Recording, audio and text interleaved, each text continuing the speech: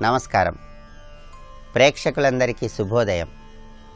ముందుగా ప్రేక్షకులందరికీ శ్రీ పంచమి పర్వదిన శుభాకాంక్షలు.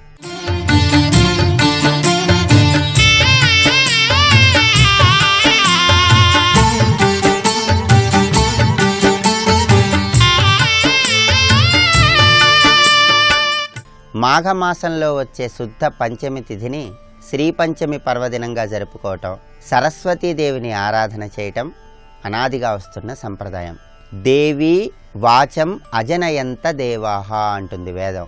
అంటే దేవతలు వాగ్దేవిని సృష్టించిన రోజు ఈ శ్రీ పంచమి అని వేదంలో మనకు వివరించడం జరిగింది. అంటే సరస్వతీదేవిని సకల దేవతలు, ఋషులు అందరూ కూడా దర్శించిన రోజు కాబట్టి ఈ శ్రీ పంచమి రోజు సరస్వతీదేవిని ఆరాధన చేసినట్లయితే అమ్మవారి అనుగ్రహానికి సులభంగా పాత్రలు కావచ్చు. అలాగే ఒకసారి శ్రీకృష్ణ పరమాత్మకు సర్వలోక పాలకుడు కావాలనే కోరిక కలిగింది. పాలకుడికి ఉండవలసిన శక్తి సామర్థ్యాలను సిద్ధింపజేసుకోవటం కోసం మాఘమాసంలో వచ్చే శుద్ధ పంచమి తిథి నాడు సరస్వతీదేవిని శ్రీకృష్ణ పరమాత్మ ఆరాధన చేసి సరస్వతీదేవికి ప్రత్యేకమైనటువంటి పూజా విధానాన్ని నిర్దేశించాడు. శ్రీకృష్ణ పరమాత్మ ఆ విధంగా మాఘ శుద్ధ పంచమి తిథి నాడు సరస్వతీదేవిని ఆరాధన చేశాడు. కాబట్టి ఈ రోజును శ్రీ పంచమిగా జరుపుకోవటం, సరస్వతీదేవిని ఆరాధన చేయటం చేసినట్లయితే ఉత్తమ ఫలితాలు కలుగుతాయని దేవీ భాగవతంలో వివరించడం జరిగింది. 4 భుజాలను కలిగి ఉండి తెలుపు రంగులో ప్రకాశించే సరస్వతీదేవి రాధాదేవి ముఖం నుండి ఆవిర్భవించినదని దేవీ భాగవతం బ్రహ్మవైవర్త పురాణంలో మనకు వివరించడం జరిగింది. అందువల్ల దేవీ భాగవతం బ్రహ్మవైవర్త పురాణాలలో చెప్పబడిన విధంగా శ్రీకృష్ణుడు సరస్వతీదేవిని ఆరాధించిన రోజు, సకల దేవతలు, ఋషులు సరస్వతీదేవిని దర్శించిన రోజు కాబట్టి ఈ శ్రీ పంచమి పర్వదినం నాడు సరస్వతీదేవిని ప్రత్యేకమైన విధి విధానాలతో ఆరాధన చేసినట్లయితే అమ్మవారి అనుగ్రహానికి చాలా సులభంగా పాత్రలు కావచ్చు. సర్వశుక్ల సరస్వతి అంటుంది శాస్త్రం. అంటే సరస్వతీదేవిని పూజించేటప్పుడు తెలుపు రంగును పరిపూర్ణంగా ఉపయోగించాలి. తెలుపు రంగు వస్త్రాలను ధరించి తెల్లటి పుష్పాలతో సరస్వతీదేవిని పూజించాలి. సరస్వతీదేవి కూడా తెలుపు రంగులో ప్రకాశిస్తూ సత్వగుణాన్ని కలిగింపజేసే తల్లి కాబట్టి ఆ తల్లిని ఈరోజు తెల్లటి పుష్పాలతో పూజిస్తూ తెల్లటి పూలమాలలు సరస్వతీదేవికి అలంకరించి అమ్మవారిని ఆరాధన చేస్తే అమ్మవారి అనుగ్రహానికి సులభంగా పాత్రలు కావచ్చు. అలాగే ఈరోజు సరస్వతీదేవి ప్రీతి కోసం అమ్మవారి చిత్రపటం దగ్గర ఆవు నెయ్యితో దీపారాధన చేయాలి. సరస్వతీదేవి ప్రీతి కోసం వెన్న, పెరుగు, పాలు, తేనె, పంచదార, చెరకు రసం, తెల్లటి బెల్లం, నువ్వులు అద్దిన లడ్డూలు, తెల్లటి బియ్యంతో వండిన అన్నము, పండిన అరటి పండ్లు, గోధుమ పిండితో తయారు చేయబడిన పదార్థాలు, నెయ్యితో తయారు చేయబడిన పిండి వంటలు, కొబ్బరికాయలు, రేగి పళ్ళు, కొబ్బరి బోండాల్లో నుంచి తీసినటువంటి కొబ్బరి నీళ్లు, వీటిలో ఏవైనా సరే యథాశక్తి సరస్వతీదేవికి నివేదన చేయాలి. అలా సరస్వతీదేవికి నివేదించి వాటిని కుటుంబంలో సభ్యులు ప్రసాదంగా స్వీకరించినట్లయితే సరస్వతీదేవి అనుగ్రహానికి చాలా సులభంగా పాత్రలు కావచ్చు. అలాగే శ్రీ పంచమి సందర్భంగా ఈరోజు పిల్లలకు అక్షరాభ్యాసం నిర్వహించినట్లయితే పిల్లలు విద్యారంగంలో విశేషమైన రీతిలో రాణించడానికి ఆస్కారం ఎంతగానో ఉంది. అలాగే ఈరోజు సరస్వతీ కవచం అని ప్రత్యేకమైన కవచం ఉంటుంది. ఆ కవచాన్ని విద్యార్థులు పారాయణ చేయటం, అలా పారాయణ చేయటం వీలు కాని పక్షంలో కనీసం శ్రవణం చేయటం చేసినట్లయితే అఖండమైనటువంటి మేధాశక్తి, ప్రజ్ఞాపాఠవాలను పెంపొందింపజేసుకోవచ్చు. రేపటి శుభయోగ శీర్షికన వరుణ షష్ఠి సందర్భంగా ఎటువంటి విధి విధానాలను పాటించాలో, తద్వారా ఎలాంటి ప్రయోజనాలు సిద్ధింపజేసుకోవచ్చో పరిశీలిద్దాం. నమస్కారం.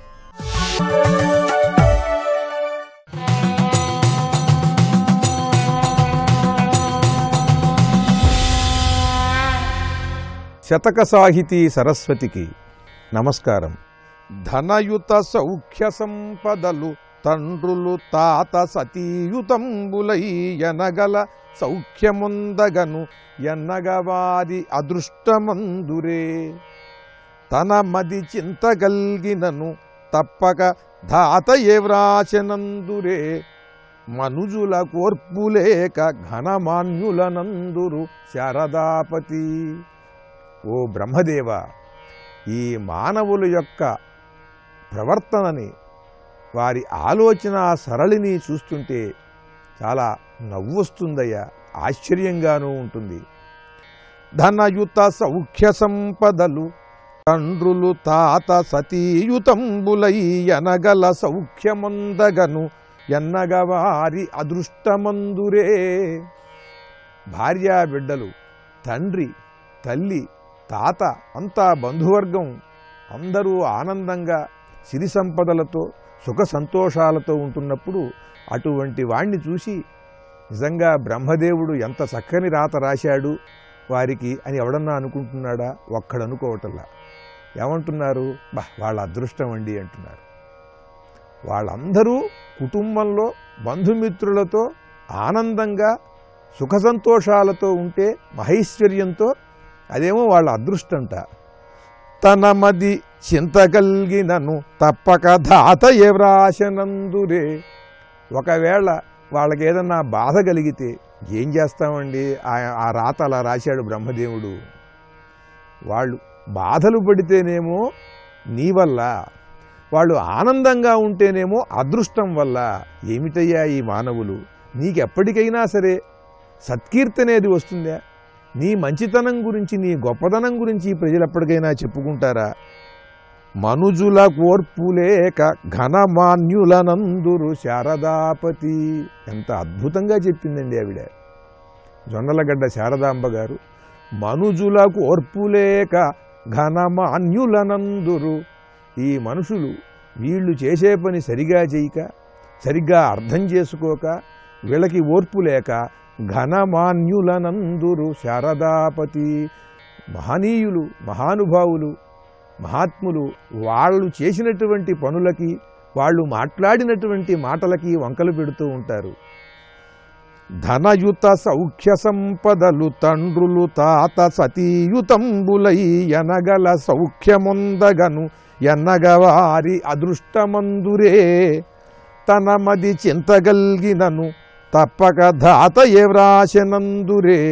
మనుజుల కోర్పులేక ఘనమాన్యులనందురు శారదాపతి అంటూ ఈ లోకంలో జరిగేటువంటి వ్యవహారాన్ని కళ్ళకు కట్టినట్టుగా తెలియజేస్తూ, బ్రహ్మదేవుడు ఇంత పరమాద్భుతంగా సత్యలోకాన్ని పరిపాలిస్తూ, తల్లిదండ్రులకు నిరంతరం సేవలు చేస్తూ, పూజలు చేస్తూ, మహాద్భుతంగా ఈ సృష్టి కార్యాన్ని ఇలా కొనసాగిస్తున్నా కూడా ఆయన గొప్పదనాన్ని ఎవరూ పట్టించుకోవటం లేదు. ఏదన్నా కష్టం వస్తేనేమో బ్రహ్మరాతని నిన్నంటారు, సుఖాలు అనుభవిస్తేనేమో అది వారి అదృష్టం అంటారు. ఏమిటయ్యా అంటూ బ్రహ్మదేవుడి పట్లే జాలి చూపిస్తూ, నిందాస్తుతితో, చమత్కారములతో బ్రహ్మదేవుని భక్తితో ఆరాధిస్తూ చక్కని పద్యరచన చేసి గొప్ప శతకాన్ని మనకు అందించిన విద్వత్ కవయిత్రులు శ్రీమతి జొన్నలగడ్డ శారదాంబ గారు రచించిన శారదాపతి శతకంలోని మరి ఒక పద్యం గురించి రేపు ఉదయం తెలుసుకుందాం. ఓం శ్రీ బ్రహ్మదేవాయ నమః.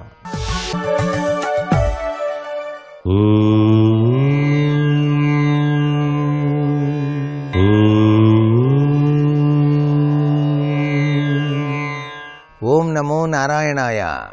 ఓం నమః శివాయ. శ్రీమాత్రే నమః. ఈరోజు మాఘశుద్ధ పంచమి, శ్రీ పంచమి, వసంత పంచమిగా మనకు శాస్త్రాలు తెలియజేస్తాయి. ఈ రోజున తప్పనిసరిగా వివిధ దేవతలను ఆరాధన చేయడంతో పాటుగా లక్ష్మీదేవిని, విష్ణుమూర్తిని, గణేశుని, శివుణ్ణి ఆరాధన చేసి తదుపరి చదువుల తల్లి అయినటువంటి సరస్వతీదేవిని ఆరాధన చేయటం సంప్రదాయం. ఈనాడు ఎవరైతే తమ పిల్లలకు అక్షరాభ్యాసం నిర్వహిస్తారో వారి పిల్లలు చదువులలో బాగా రాణించడానికి, సరస్వతీదేవి యొక్క కటాక్ష వీక్షణాలను సాధించడానికి ఆస్కారం ఉంటుంది. ఇవాళ గనక సరస్వతి ఉపాసనా మంత్రం ఆచరించినట్లయితే చాలా చక్కటి సత్ఫలితం కూడాను కలుగుతుంది. పవిత్రవంతమైనటువంటి మాఘస్నానాన్ని ఆచరించడం, పసుపు రంగు వస్త్రాలను ధరించి భక్తితో భూదేవిని, సూర్య భగవాన్ని, విఘ్నేశ్వరుని పూజ చేయటం, తదుపరి మహావిష్ణువుని గనక పూజ చేస్తే సర్వశుభాలు కూడాను ప్రసాదిస్తాడు. శ్రీ పంచమి అనేటువంటిది చదువుల తల్లికి చాలా చక్కటి యోగవంతమైన సుదినం కాబట్టి సరస్వతీదేవి ఆరాధన చేయాలి. ఈరోజు శ్రీ పంచమి నాడు పుస్తకాలను దానం చేసినట్లయితే విశిష్టవంతమైన శుభ ఫలితం కలుగుతుంది. విద్యాదానం కరీమమా అన్నారు. విద్యకు దానం చాలా చక్కటి యోగం. చదువుకోవడానికి ఆస్కారం లేనటువంటి పిల్లలకు విద్యాదానం కనుక చేసినట్లయితే జీవనం సుసంపన్నమై విరాజిల్లుతుంది. నాడు సర్వే జనా సుఖినో భవంతు.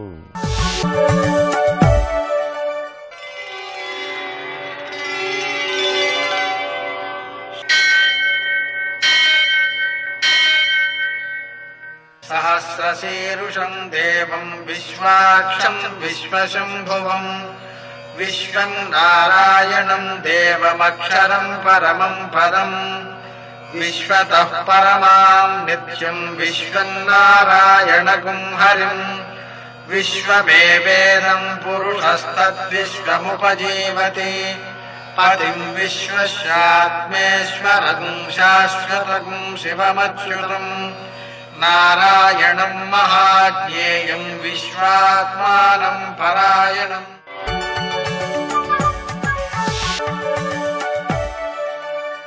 సూర్యశౌర్యమథేందురింద్రపదవీ సన్మంగళం మంగళం. ఆపదామపహర్తారం దాతారం సర్వసంపదాం లోకాభిరామం శ్రీరామం మోక్షదంతం నమామ్యహం. నేటి కాలమాన విశేషాలను గమనిద్దాం. స్వస్తి శ్రీ చాంద్రమాన దుర్ముఖనామ సంవత్సరం, ఉత్తరాయణం, శిశిర ఋతువు, మాఘమాసం, శుక్లపక్షం, బుధవారం. సూర్యోదయం 6:51, సూర్యాస్తమయం 6:07.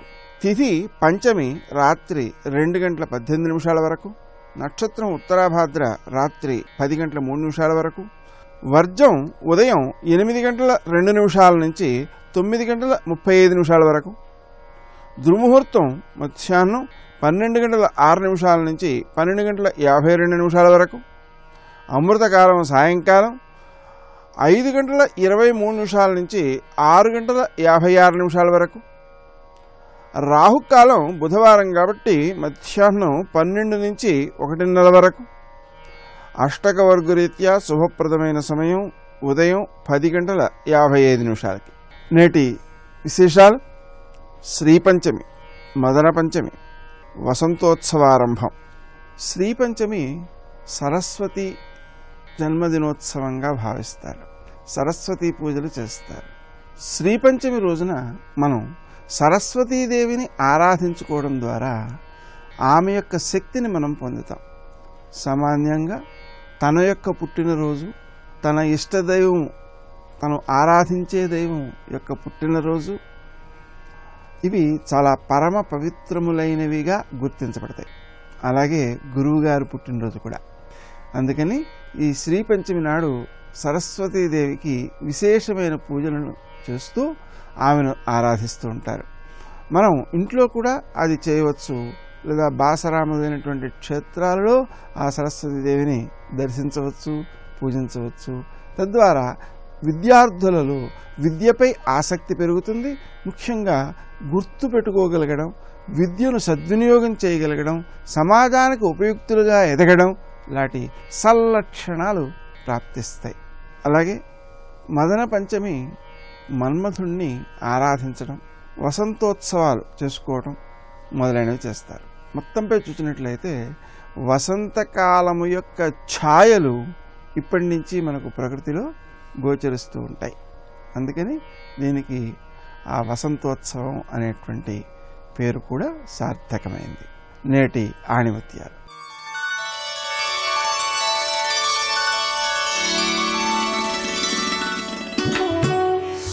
అమ్మ దీవెన బ్రహ్మ దీవెన.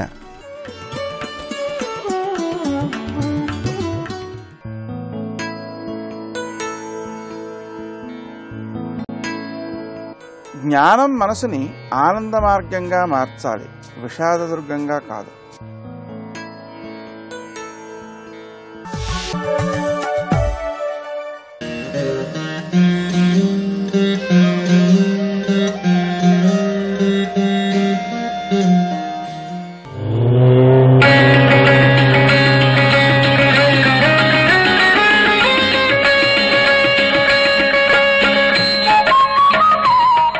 పరమ పావని, శాంత స్వరూపిణి, సకల విద్యల భాగ్యాన్ని కలిగించే కరుణామయి, జ్ఞాన సరస్వతి కొలువై ఉన్న సుందర ప్రశాంత క్షేత్రం బాసర.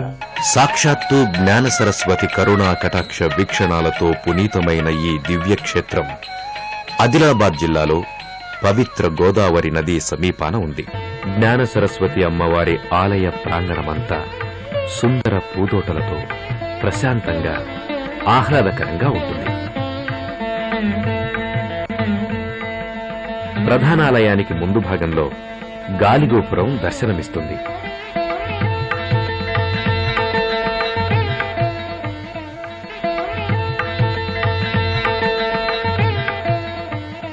ప్రధానాలయ ప్రాంగణమంతా భక్తులతో సందడిగా ఉంటుంది.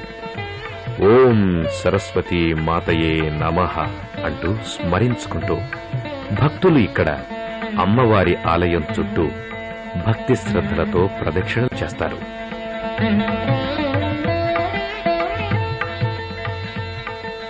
ప్రధానాలయంలో గర్భగుడికి ముందు భాగంలో ఉన్న మండపంలో అమ్మవారి పంచలోహ విగ్రహం భక్తులలో అమ్మవారి పట్ల భక్తిభావాన్ని పెంచుతుంది.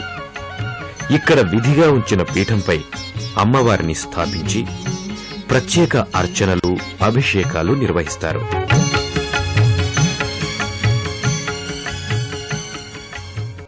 ఈ మండపాన్ని దాటి గర్భగుడిలోకి ప్రవేశించిన భక్తులు జ్ఞాన సరస్వతి అమ్మవారి దివ్య మంగళ శిలారూపాన్ని దర్శించి అలౌకిక ఆనందాన్ని పొందుతారు.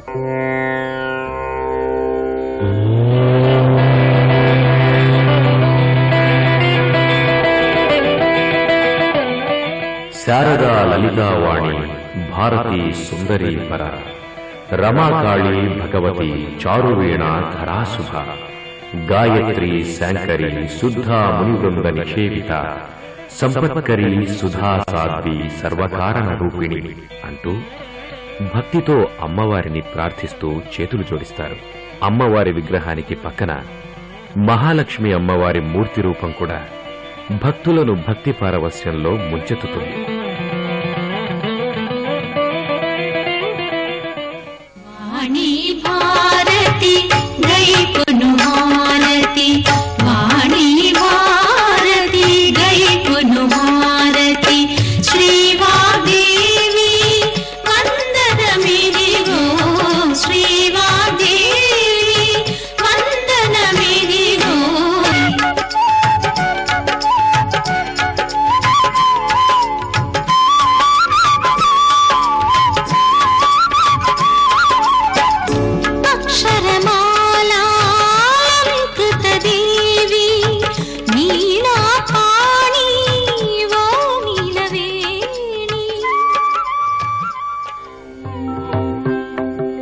జ్ఞాన సరస్వతి అమ్మవారి ఆలయంలో అక్షరాభ్యాసం ఓ సంప్రదాయంగా అనాదిగా వస్తోంది.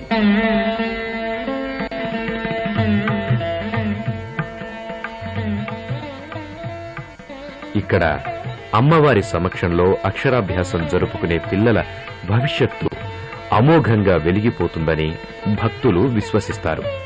అలాగే ఇక్కడ అక్షరాభ్యాసం చేసుకునే పిల్లలకు అమ్మవారి ఆశీస్సులు ఎల్లవేళలా ఉంటాయని భక్తులు విశ్వసిస్తారు. దేశంలో అత్యంత ప్రముఖంగా నిర్వహించబడుతున్న ఈ అక్షరాభ్యాస ప్రక్రియ భక్తులలో అమ్మవారి పట్ల ఉన్న విశ్వాసాన్ని ప్రస్ఫుటింపచేస్తుంది. అక్షరాభ్యాస ప్రక్రియను ఇక్కడ ఆలయ ప్రాంగణంలో ఉన్న ఓ మండపంలో అమ్మవారి ప్రతిమ ఎదుట నిర్వహిస్తారు. దేశ విదేశాల నుంచి వచ్చిన భక్తులు ఇక్కడ తమ పిల్లలకు అక్షరాభ్యాసాలు చేయించటం అమ్మవారి పట్ల భక్తులకున్న భక్తి విశ్వాసాల్ని ప్రస్ఫుటింపచేస్తాయి.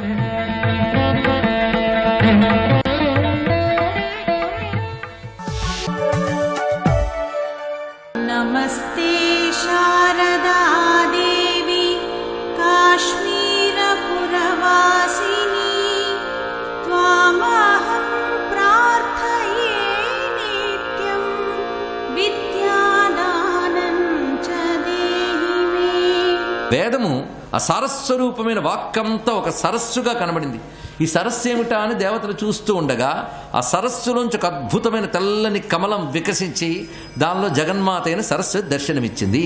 దీని అర్థం ఏంటంటే ఈ వేదమునంతటా ఎవరు చెప్పబడుతూ ఉన్నారో ఈ వేదము వల్ల కలగవలసిన జ్ఞానమేదో అది నేనే అని చెప్తూ ఆ తల్లి ఉద్భవించింది. కనుక సరస్వతి ఉపాసన అనగా వేదమాతను ఉపాసించడమే.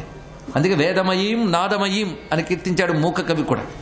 ఆ మూక కవికి ఆ లలితాంబ ఎలా దర్శనమిచ్చిందంటే విమలపటి కమలకుటి పుస్తక రుద్రాక్ష శస్తహస్తపుటి కామాక్షి పక్ష్మలాక్షి కలిత విపంచి విభాసి వైరించి. వైరించి అంటే విరించి పత్ని అయినటువంటి సరస్వతి. ఆవిడెవరు? కామాక్షి. ఓ కామాక్షి నువ్వే వైరించిగా వచ్చావు అన్నారు ఇక్కడ. అంటే సరస్వతి వేరు కామాక్షి వేరు అని కాదు, కామాక్షియే వైరించిగా అంటే విరించి పత్ని అయినటువంటి సరస్వతిగా ఉద్భవించింది. ఉద్భవించినప్పుడు ఎలా ఉన్నదంటే విమల పటి నిర్మలమైన వస్త్రాన్ని ధరించింది. దానికి తోడు కమల కుటి కమలాన్ని కుటీరం చేసుకుంది అంటే నివాసం చేసుకుంది. కమల కుటి కమలాన్ని నివాసం చేసుకుంది. చేతుల్లో పట్టుకుంది పుస్తక రుద్రాక్ష శస్త హస్తపుటి పుస్తకము రుద్రాక్షమాల ధరించి ప్రకాశిస్తున్నది. కామాక్షి పక్ష్మలాక్షి పైగా అందమైన ఆ కనురెప్పలు వాటి దగ్గరున్నటువంటి రెప్పల దగ్గరున్న చిన్న వెంట్రుకలు వాటి సొగసు అలా అందమైన నేత్రములతో గోచరిస్తోంది. అమ్మ వర్ణన ఎక్కడొచ్చినా కన్నులను వర్ణిస్తున్నారు. ఫుల్లాబ్జాక్షి సరస్వతి భగవతి పూర్ణేందు బింబానన. అమ్మ వదనమంతా అక్కడ కనబడుతుంది. తల్లిని తలంచుకోగానే వదనాన్ని ధ్యానించాలి. ఎందుకంటే వదనమే భావ ప్రకటన స్థానం. అమ్మవారి వదనం ప్రతి శ్లోకంలోనూ అది చూపిస్తున్నారు. ఇక్కడ కూడా కామాక్షి పక్ష్మలాక్షి అన్నారు. అక్కడ ఫుల్లాబ్జాక్షి సరస్వతి భగవతి పూర్ణేందు బింబానన. చక్కగా వికసించినటువంటి వదనం నిండు చంద్రుని శోభతో ప్రకాశిస్తున్నటువంటి వదనం అది. అలాంటి ఆ నేత్రములు దయమాన దీర్ఘనయన అరుణాం కరుణాతరంగితాక్షిం. కలిత విపంచి అంటే రెండు చేతుల్లో ఆవిడ రుద్రాక్షమాల పుస్తకం పట్టుకుంది, మిగిలిన రెండు చేతులతో వీణ మీటుతుంది. అక్కడ అలా ఉన్నటువంటి తల్లికి నమస్కారము అన్నారు. అక్కడ రుద్రాక్షమాల, మరొక చోట స్ఫటిక అక్షమాల. శృంగేరి శారదాంబ స్ఫటిక అక్షమాలతో కనబడుతుంది. ఇక్కడ రుద్రాక్షమాలైన అక్షమాలైన జపమాల. జపమాల అంటేనే మంత్రాక్షర స్వరూపిణి అని అర్థం. ఇక్కడ అలాంటి ఆ తల్లి స్వరూపాన్ని మూక కవి ఆ విధంగా దర్శించాడు, పలుకులు సంపాదించుకున్నాడు. అటువంటి శారదాంభోజ వదన వదనాంబుజే సర్వదా సర్వదా అస్మాకం సన్నిధిం క్రియా అంటాడు మహానుభావుడు మల్లినాథ సోమసూరి. శారదాంభోజ వదన. ఈ శారద ఈ తల్లి శరత్కాలంలో వికసించిన కమలము వంటి ముఖం కలది. శారద అంభోజవదన. అటువంటి తల్లి శారదాంభోజవదన వదనాంబుజే. దీన్ని ముక్తపదగ్రస్త అంటారండి. అంటే ఏ పదం చెప్పారో ఆ పదం తర్వాతి పదానికి ముందు మాట అవుతుంది, ఆ పదం చివరి మాట తర్వాత పదానికి ముందు మాట అవుతూ ఉంటుంది, అర్థం మారిపోతుంటుంది. లేకపోతే రెండు బాలు చెప్పారేంటండి అంటారు. ఇక్కడ బయటకు చూస్తే పునరుక్తిలా ఉంటుంది, అర్థభేదం ఉంది కనుక పునరుక్తి కాదు. శారదాంభోజ వదన. ఆ వదన ఎక్కడుండాలి? వదనాంబుజే, నా వదనాంబుజంలో ఉండాలి. సరస్వతి సా సుభగా గదిర్వసు సరస్వతి నృత్యతు వాచి మే సదా. మహాత్ములందరూ ఇలా కోరుకున్నారు, నా వాక్కులో నా వదనములో సరస్వతి ఉండుగాక. వదనంలో సరస్వతి ఉండాలి అంటే నా నోట చక్కని పలుకులు, ఉక్తుల్ సుశబ్దంబు శోభిల్లం పలుకుము నాదు వాక్కున. మన వాక్కు నుంచి సుశబ్దాలు పలకాలి, శుభంకరమైన జ్ఞానయుతమైన మంగళకరమైన పలుకులు పలకాలి. అలా పలకాలంటే అలా పలకగలిగే జ్ఞానం ఉండాలి. ఒక ఆయన చాలాసేపు మాట్లాడాడండి అంటే మాట్లాడగలిగే తెలివితేటలు ఉన్నాయి, హనుమంతుడి మాటలు చూసి రాముడు ఆహా ఏం మాట్లాడండి అన్నాడు. అంటే అర్థం ఏంటి? ఇంత మాట్లాడగల జ్ఞానం ఆయనకుంది కనుక జ్ఞానము ఎక్కడ పుడుతుంది? వదనమే. ఆ వదనం నుంచి వ్యక్తీకరింపబడినప్పుడు అది మనకు వాక్కుగా కనబడుతుంది. కనుక వదనం అనగా మొత్తం మన ముఖంగా తీసుకున్నప్పుడు నోరనే కాకుండా శిరస్సు అని కూడా జ్ఞానేంద్రియ స్థానములు అవన్నీ కూడా. జ్ఞానేంద్రియ స్థానము జ్ఞానాధిష్టాత్రి అయినటువంటి అమ్మవారి యొక్క స్వరూపమే. అందుకు సరస్వతి నృత్యతు వాచిమే సదా, ఆ మాటను ఇక్కడ వదనాంబుజే. అయితే ఎప్పుడు ఉండాలి ఆ సరస్వతి? సర్వదా, ఎల్లవేళలా. ఎవరావిడ? సర్వదా. సర్వదా అంటే ఎల్లవేళలా, సర్వదా అన్నీ ఇచ్చే తల్లి. సరస్వతి అంటే ఏదో చదివిస్తుంది అనుకోవద్దు. చిన్నప్పుడంతా సరస్వతి అండి, పెద్దయ్యాక లక్ష్మండి అనుకోవద్దు. ఇక్కడ సరస్వతి అన్నీ ఇస్తుంది. వేదములో చెప్పిన సరస్వతిని మనం దర్శించబోతున్నాం. వేదం ప్రకారంగా సరస్వతి సర్వార్థదాత్రి, సామాన్యురాలు కాదు. అందుకే త్వయా జుష్ట ఋషిద్భవతి దేవి, త్వయా బ్రహ్మాగత స్త్రీరుత, త్వయా జుష్టశ్చిత్రం విందతే వసు, సానో జుషస్వద్రవిణో న మేధే. ఇది నారాయణ పర్ణంలో వేదంలో కనబడుతున్నటువంటి మంత్రం. త్వయా జుష్ట అంటే నీ అనుగ్రహానికి నోచుకున్నవాడు ఋషిర్భవతి. అక్కడేమో తల్లే స్వయంగా చెప్పింది వాడిని ఋషిని చేస్తానని. ఇక్కడ ఒక ఆవిడ వల్ల ఋషి అయిన వాడు చెప్తున్నాడు. ఇక్కడ తల్లి నీ అనుగ్రహానికి నోచుకున్నవాడు ఋషి అవుతున్నాడు. అంతేకాదు వాడు జ్ఞాని అవుతూ సంపదలు కూడా పొందుతున్నాడు. దానితో పాటు చిత్రం విందతే వసు, ఆశ్చర్యకరమైన సంపదలు పొందుతాడమ్మా అన్నారు. కనీ విని ఎరగని అద్భుతమైన సంపదలు సరస్వతి అనుగ్రహం ఉన్నవాడికి ఉంటుంది. అందుకు ద్రవిణోన మేధే, ఓ మేధారూపిణియేనో సరస్వతి, మాకు నువ్వు ద్రవిణాన్ని కూడా ప్రసాదిస్తా ఉన్నారు. ఇక్కడ అమ్మవారికి మరొక పేరు వచ్చింది మేధ, ధారణ. యా శ్రద్ధా ధారణ మేధ వాగ్దేవీ విధివల్లభ బ్రహ్మ జిహ్వాగ్రసదన శమాది గుణదాయిని. ప్రతి వాక్యంలో సరస్వతి మెరుస్తోందండి. ఆ తల్లంటే ఏమిటో తెలియాలి మనకు. అంతే తెలిసిన తర్వాత అమ్మకి నమస్కారం చేసినప్పుడు ఈ భావాలన్నీ మనం ఉప్పిరుగుని వస్తే అది ఉపాసన. ఆ తల్లి శ్రద్ధ ధారణ మేధ వాగ్దేవి అన్నారు ఇక్కడ. గొప్ప శ్రద్ధ కూడా అమ్మ రూపమే. అది శ్రద్ధ అంటే సామాన్యం అనుకున్నామా? ఒక్కొక్కరికి ఒక్కొక్క రకమైన శ్రద్ధ ఉన్నాడు కృష్ణ పరమాత్మ. తామసుల శ్రద్ధ ఒకలా ఉంటుంది, రాజస శ్రద్ధ వేరు, సాత్విక శ్రద్ధ వేరు. ఈ సాత్విక శ్రద్ధ ఉత్తమ వాక్యములు యందు, గురువాక్యాలు యందు, వీటి యందు పడుతుంది. కొందరికి అజ్ఞానం అని తెలిసినా దాన్ని పట్టుకు వేలాడతారు. అది తామస ప్రవృత్తి వల్ల ఏర్పడే శ్రద్ధ.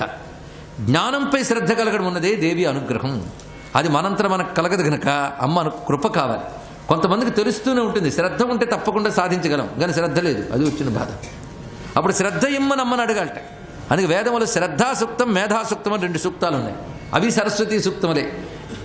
మేధాదేవి జుషమాన ఆగాత్ మంత్రం మనకు కనబడుతూ ఉంటుంది, అది మేధాసూక్తం. సరస్వతి సూక్తం ఆ 2 ఆ తల్లి రూపములే. ఇప్పుడు సూక్తం తెలియకపోయినా ఈ 2 అమ్మ పేర్లు అనైనా ఆరాధన చేసుకోవాలి. అందుకే శ్రద్ధ ధారణ మేధ. అది ఇక్కడ కూడా ద్రవిణోన మేధే, అమ్మవారిని మేధాస్వరూపిణి అని స్తుతిస్తున్నారు ఇక్కడ. వాగ్దేవి విధివల్లభ బ్రహ్మజిహ్వాగ్ర సదన. ఆ తెల్ల ఎక్కడుందయ్యా అంటే బ్రహ్మ యొక్క నాలుకపై ఉంది. ఎందుకంటే చతుర్వేదములు ఆయన నోటే పలకబడుతున్నాయి. మనందరికీ గురువు ఆయన. బ్రహ్మదేవుడు లేకపోతే మనకి విజ్ఞానం ఎక్కడి నుంచి వచ్చింది? ఆయన నోటే వ్యక్తమైంది. అసలు బ్రహ్మగారి పలుకులో మొట్టమొదట గోచరించినది శబ్దమే. ఓంకారశ్చ అధశబ్దశ్చ. ముందు బ్రహ్మనోట పలకబడింది ఓం. ఇది పరిశీలించవలసిన గొప్ప అంశం. అతను కూడా తప అనే శబ్దంలోంచే తపస్సు చేశాడు. తపస్సే సరస్వతి. కానీ బ్రహ్మ అంత తపస్సు చేశాడంటే తపో రూపిణిగా ఆవిడ ముందు వ్యక్తమైంది. ఆయనలో తపస్సు తర్వాత వాక్కుగా వ్యక్తమైంది. ఆయన చేసిన తపస్సంతా కలిసి ఒక్క శబ్దంగా వ్యక్తమైంది. ఆ ఒక్క శబ్దం పేరు ఓం. సర్వం శ్రీ శారదా చరణారవిందార్పణమస్తు. స్వస్తి. ఆదిదేవ నమస్తుభ్యం ప్రసీద మమ భాస్కర. దివాకర నమస్తుభ్యం ప్రభాకర నమోస్తుతే. సప్తాస్వరథమారూఢం ప్రచండం కశ్యపాత్మజం. రశ్మిమంతం సముద్యంతం దేవాసుర నమస్కృతం. పూజయస్వ వివస్వంతం భాస్కరం భువనేశ్వరం.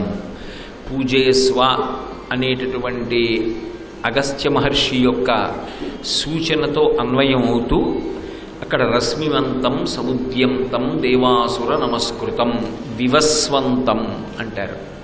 సూర్యభగవానుడి యొక్క స్వరూపం గురించి మాట్లాడుతూ ఆయన వివస్వన్ అనేటటువంటి పేరు కలిగినటువంటి వాడు. నేను మీతో తరచుగా భగవంతునికి ఉండేటటువంటి నామములు అవన్నీ గౌణములు. ఆయన యొక్క గుణము ఆవిష్కరింపబడితే నామంగా వస్తాయి. వివస్వన్ అనేటటువంటి మాటకు అర్థం ఏమిటంటే ఎవరి తేజస్సు అన్ని తేజస్సులను కప్పివేయగలదో, ఎవరి తేజస్సు సమస్త భూతజాలముని కూడా కప్పివేయగలదో అంత గొప్ప తేజస్సు కలిగిన వాడైతే వివస్వన్ అని పిలుస్తారు. అందుకే ఒక్కసారి సూర్యనారాయణమూర్తి యొక్క ప్రకాశం ప్రారంభమైందనుకోండి, ఇక అంతకు ముందు ఏవేవి వెలుగునిచ్చేటటువంటి సాధనాలుగా మనం స్వీకరించామో అవన్నీ కూడా ఆయన కాంతిలో వెలవెలబోతాయి. ఉదాహరణకి నక్షత్ర మండలానికి అంతటికీ కూడా రాజుగా చెప్పబడతాడు చంద్రుడు. అటువంటి చంద్రుడు రాత్రివేళ ప్రకాశిస్తుంటే ఆయన నుంచి వచ్చినటువంటి వెన్నెలే ఇతోధికంగా మనందరికీ ఉపకరిస్తుంది. కానీ అదే సూర్యోదయం అయితే చంద్రుని యొక్క కాంతి సూర్యభగవానుడి యొక్క కాంతి చేత కప్పబడి అసలు చంద్రుడు ఎక్కడున్నాడు అని వెతకవలసి వస్తుంది. మన ఇంట పెట్టినటువంటి దీపం ఏదైతే ఉందో అది సూర్యుని యొక్క కాంతి చేత కప్పబడిపోతుంది. ఇక అసలు దీని కాంతి ఏమీ ఆ కాంతి ముందు పనికిరాదు. ఇది ప్రత్యేకంగా కొంత కాంతిని ఇస్తోంది అనేటటువంటి విషయం కూడా స్పృహలోకి రాదు. అలాగే అగ్ని కాంతినిస్తుంది. కాంతినివ్వగలిగినటువంటి అగ్ని ఏది ఉన్నదో ఆ అగ్ని యొక్క కాంతిని కూడా సూర్యనారాయణమూర్తి యొక్క కాంతి కప్పేస్తుంది. ఇది కాక ప్రతివారి యందు కొంత కాంతి ఉంటుంది. ఆ కాంతి క్షీణించిపోయిందనుకోండి, మృత్యుదశ సమీపించేస్తోంది అని గుర్తు, అవసాన దశకి చేరిపోతున్నాడు అని. అందరిలో ఉన్నటువంటి తేజస్సుల్ని కూడా ఆయన తేజస్సు కప్పేస్తుంది.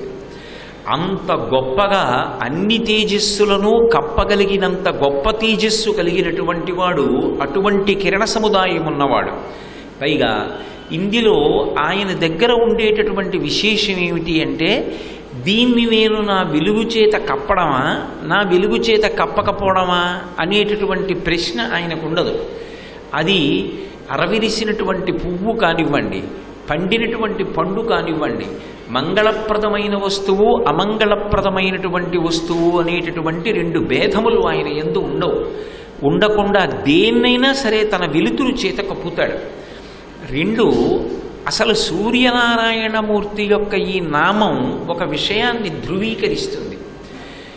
సూర్యనారాయణమూర్తి యొక్క స్వరూపం గురువు యొక్క స్వరూపం. మీరు అందుకే శ్రీరామాయణం బాలకాండలో వశిష్ఠ మహర్షి ఇక్ష్వాకు వంశాన్ని చెప్తారు. ఒకానొకప్పుడు ఈ లోకమంతా అవ్యక్తమై ఉండేది.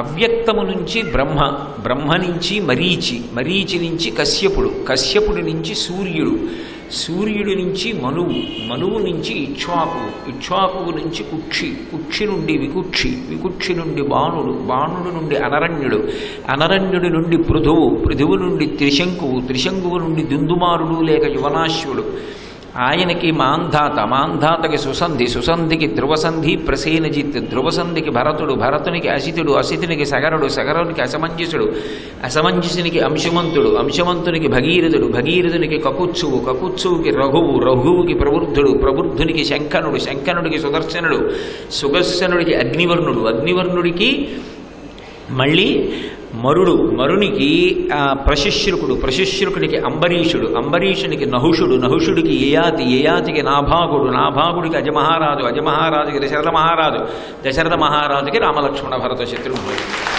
అది ఇక్ష్వాకు వంశం. ఆ ఇక్ష్వాకు వంశంలో ఈ అవ్యక్తమైనటువంటి ప్రపంచంలో మొట్టమొదట అవ్యక్తము నుండి వచ్చినవాడు బ్రహ్మ. బ్రహ్మకి వచ్చినటువంటి ప్రజాపతి మరీచి, ఆ మరీచికి పుట్టినటువంటి వాడు కశ్యప ప్రజాపతి, ఆ కశ్యప ప్రజాపతి యొక్క కుమారుడిగా వచ్చినవాడు సూర్యుడు. సూర్యుడు గురువు, గురుస్థానమునందు ఉంటాడు ఆయన. అందుకే సూర్యోపాసన చేసినటువంటి వాళ్ళకి ఆంతర తిమిరము తొలగిపోతుంది. లోపల ఉండేటటువంటి అజ్ఞానము అనేటటువంటి చీకటిని పోగొడతాడు. మీరు చూడండి, లోకంలో భయమునకంతటికీ కూడా కారణం ఏది అంటే చీకటి ఒక్కటే. అసలు నిజానికి చీకటి భయకారకం. చాలా చీకటిగా ఉందనుకోండి, మీరు ప్రయాణం చెయ్యండి అంటే నేను భయపడతాను. ఎందుకు భయపడతాను అంటే ఆ వస్తువు ఏది అన్నది ప్రకటనంగా తెలియదు, స్పష్టంగా తెలియదు. ఎప్పుడైతే వస్తువు యొక్క యథార్థ స్వరూపము అవగతము కాదో అప్పుడది భయహేతు అవుతుంది. అక్కడ ఒక తాడు పడిందనుకోండి, అది తాడులా కనపడదు, పావులా కనపడుతుంది. చీకట్లో ఉన్న వస్తువు ఉన్నట్టు కనపడకపోవడమే భయమునకు కారణం. అప్పుడు మీరు ఏ వస్తువు తీసుకొచ్చి అక్కడ పెట్టండి, అది అసలు యథార్థంగా ఏమిటి అన్నది తెలియదు. తెలియనంతసేపు భయమే ఉంటుంది. కానీ దీపం ఒకటి వెలిగిందనుకోండి, ఆ దీపపు కాంతిలో అది పాము కాదు తాడు అని తెలుస్తుంది. సత్యము ఎరుకలోకి రాగానే అప్పటి వరకు ఉన్నటువంటి భయం అంతా పోతుంది. ఇది పాము కాదురా తాడని చెప్పి వెళ్ళి చేత్తో తీసి పక్కన పారేస్తాడు. సత్యము గోచరించాలి అంటే వెలుగొక్కటే సాధనం. ఆ వెలుగు గురువుకి పర్యాయపదం. అందుకే గురువు జ్యోతిస్వరూపం. అందుకే మీరు ఒక విషయం గమనించండి, ఈ ప్రకాశాన్నే చెప్తారు భగవంతునికి పర్యాయపదంగా. అందుకే దేవతలు అన్నప్పుడు దివ్ అన్న శబ్దంలోంచి వచ్చింది. వాళ్ళు కాంతి, ఆ వెలుతురికి సంకేతాలుగా ఉంటారు. గురువు అసలు రాశీభూతమైనటువంటి వెలుగు.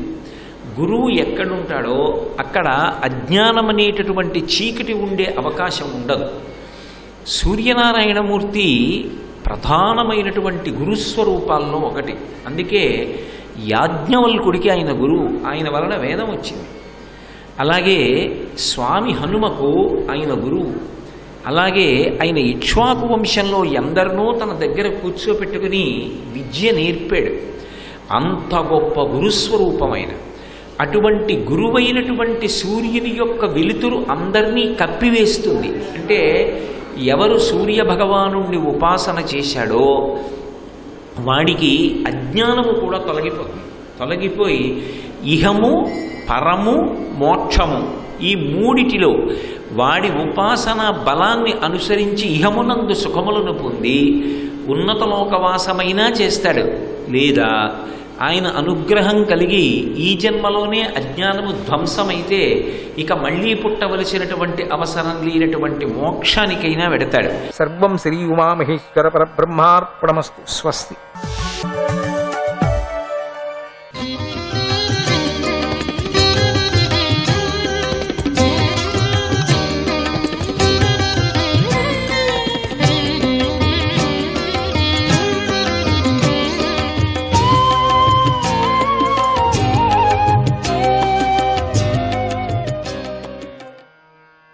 గోవిందాయ నమః. హిరణ్యకశిపుడు తల్లిని హిరణ్యాక్షుడి భార్యను ఉద్దేశించి ఇంకా ముందుకు చెప్పుకొని వెళుతున్నాడు ఈ కశిపుడు. కనుక మీరు మీ గురించి కానీ ఇతరుల గురించి కానీ శోకించకండి. తాను పరాయి అనేటువంటి దురభిమానం జనుల్లో ఉంటుంది ఎప్పటికీ కూడా. అదే అజ్ఞానం అని తెలుసుకోండి. అదే కనుక లేకపోతే తానెవరు, పరాయి ఎవరు, తన సొత్తు ఏది, ఇతరుల సొత్తు ఏది అన్నాడు. రాక్షసరాజు అయినటువంటి హిరణ్యకశిపుడు చెప్పినటువంటి ఈ మంచి మాటలను దితి కోడలితో సహా విని పుత్రశోకాన్ని క్షణంలో విడిచిపెట్టింది. దితి వదిలేసింది. ఇంతవరకు పుత్రశోకం ఉండింది. ఇంతగా కోడలతో చెప్తున్నాడు నా కొడుకు, ఎప్పుడు ఈ దుఃఖం పోయింది నాకు, ఒక్క క్షణంలో పోయింది. మరి ఇంత జ్ఞాని తానెందుకు అక్కడ గోల్తాపడ్డాడు అది చెప్పాం కదా. శాపగ్రస్తుడు కాబట్టి. ఆమె ఆత్మతత్వంపై తన మనస్సును నిలిపింది. తపస్సు చేయటానికి ఆత్మతత్వానికి ఉన్నటువంటి గొప్పదనమే ఇది. దాన్ని గురించి ఎవరు చెప్పినా కూడా అది బాగానే ఉంటుంది. రాక్షసులైతేనేమి, ఆత్మతత్వం చెప్పేటువంటి ఒక ప్రాణి అయితేనేమి, ఎవరైతేనేమి చాలా బాగుంటుంది కదా.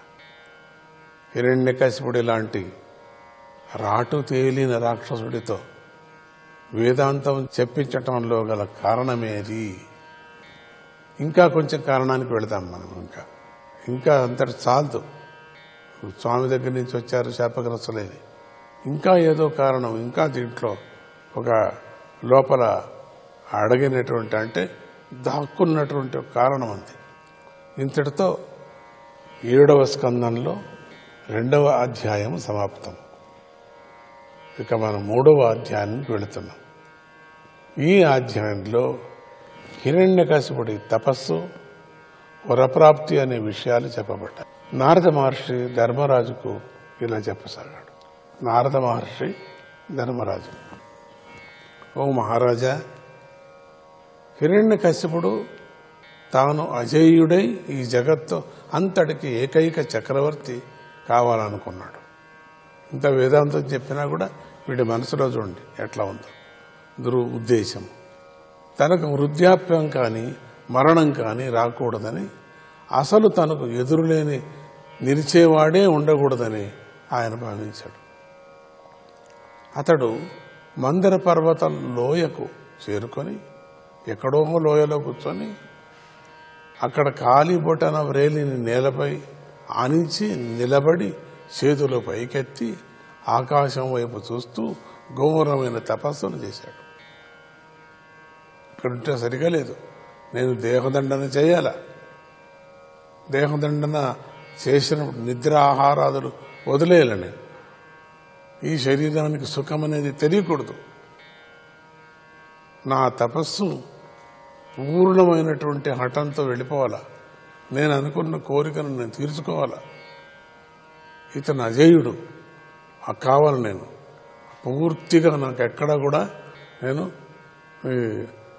అపజయం అనేది ఉండకూడదు, నాకు నేను ఎప్పటికీ ఉండాల్సిందే.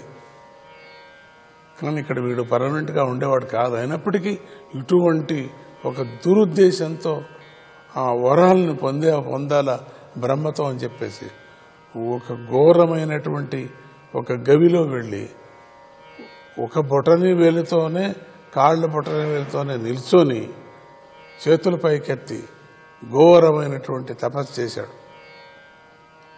పరమాత్ముడు మనకు దొరకాలంటే తపస్సు ఒకటే, పరమాత్ముడి యొక్క అనుగ్రహం కావాలంటే మనకు ఒక హఠమైనటువంటి మొండి వ్రతం ఒకటే. పరమాత్ముడు మన ఆశలు తీర్చాలంటే వాడి యొక్క పూజా విధానం ఒకటే. మనకు మన ఆశలను ఖండితం తీర్చాలా, మనకు మంచి చేయాలన్నప్పుడు వాడిని పొగడటం ఒకటే మనం నేర్చుకోవాలి. అప్పుడు అతడి జటలు ప్రళయకాలంలోని సూర్య కిరణాల్లాగా ప్రకాశించాయి.